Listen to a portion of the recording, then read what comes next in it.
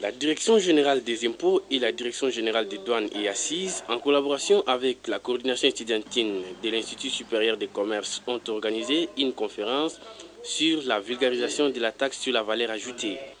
Une conférence qui a duré 2 jours, soit du 21 au 29 février 2012, dans la salle de lecture de cette institution. La problématique était centrée sur la grande réforme mise en œuvre depuis le début de l'année en cours, notamment l'introduction dans le système fiscal congolais de la taxe sur la valeur ajoutée. Le premier intervenant était le DG de la DGI, Dieudonné Lokadi.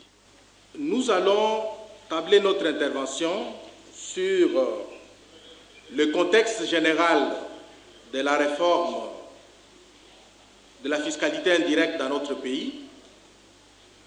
Après, nous allons parler des objectifs de cette réforme.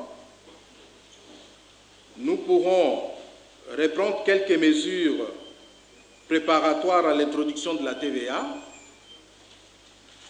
Nous allons parler de la conduite et de la mise en œuvre de la réforme TVA et présenter les avantages de la TVA par rapport à l'ICA.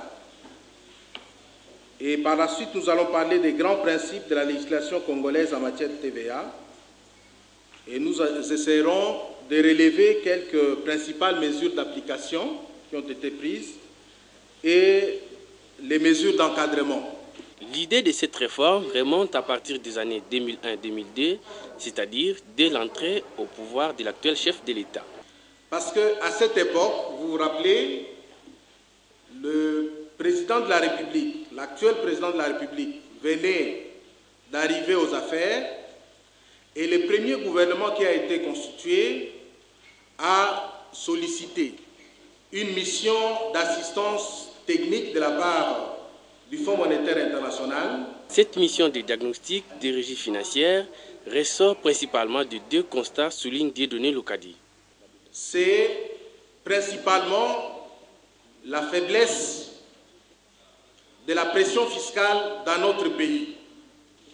La pression fiscale étant entendue comme le rapport entre le prélèvement et la richesse que crée l'économie. Donc le rapport entre le prélèvement et le produit intérieur brut. Alors, le deuxième problème, le deuxième constat qui a été fait, c'était en fait l'archaïsme du système fiscal. Parce que nous avions encore un système d'imposition indirecte, l'impôt sur le chiffre d'affaires, qui est un impôt en cascade et qui présente beaucoup d'inconvénients pour les entreprises. Les cadres des régies financières, les comités dirigeants et les corps professoraux de l'IEC, ainsi que les étudiants, ont rehaussé de leur présence dans ces assises. À la fin de la conférence, un des étudiants ayant assisté n'a pas manqué de dire sur ce qu'il a retenu.